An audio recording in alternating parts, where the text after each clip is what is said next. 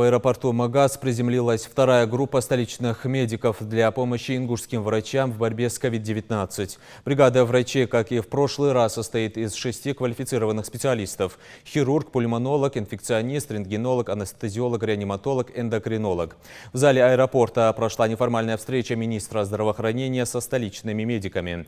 Напомню, они направлены в Ингушетию мэром Москвы Сергеем Собяниным по указанию президента России. Первая очередная задача – встретиться сегодня с нашими коллегами, которые 2 недели уже здесь работают, понять оперативную обстановку, что происходит в республике, какие задачи стояли перед ними, что они успели выполнить, что осталось на наше участие. Мы приехали на 2 недели.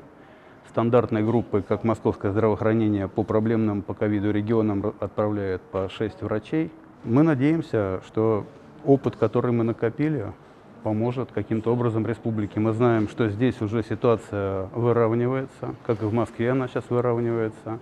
Вот. Но все равно незамыленным взглядом, то, что называется, мы проедем по стационарам, по амбулаторным центрам, по обсервантам, да, и посмотрим, где может быть какая-то помощь. Мы никоим разом, мы понимаем, что здесь специалисты высокого уровня и свои уже научились работать с этой патологией, но тем не менее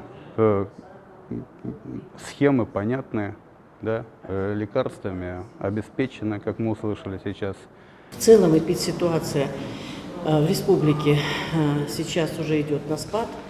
В больницах меньше пациентов, меньше людей, которые вновь выявлены с коронавирусной инфекцией. Тяжелых больных 22 человека, на ИВЛ всего 6 человек. Мы, конечно, очень рады тому, что идет такой спад. И сейчас уже работа наших медиков, которые наработали и свой собственный опыт за 2 месяца, уже имеют свои навыки в работе.